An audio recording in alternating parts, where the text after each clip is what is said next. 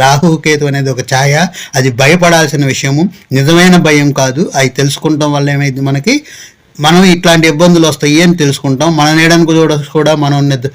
నీడను చూసి కూడా మనం భయపడతాము తెలియనంత వరకు. తెలిసిన తర్వాత ఆ భయం ఉండదన్నమాట.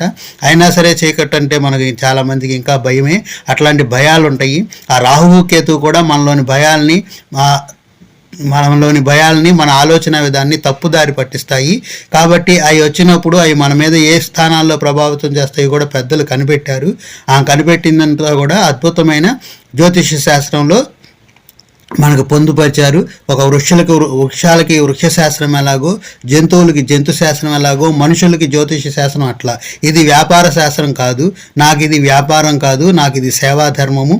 దీంట్లో నేను ₹1 కూడా ఏమీ ఆశించను. ఎవరైనా సరే కావాలి జ్యోతిష్యం, డేటు, టైము, ప్లేస్ ఉన్నోళ్ళు నాకు వాట్సాప్ నెంబర్కి చేయండి. ఉద్యోగం విషయం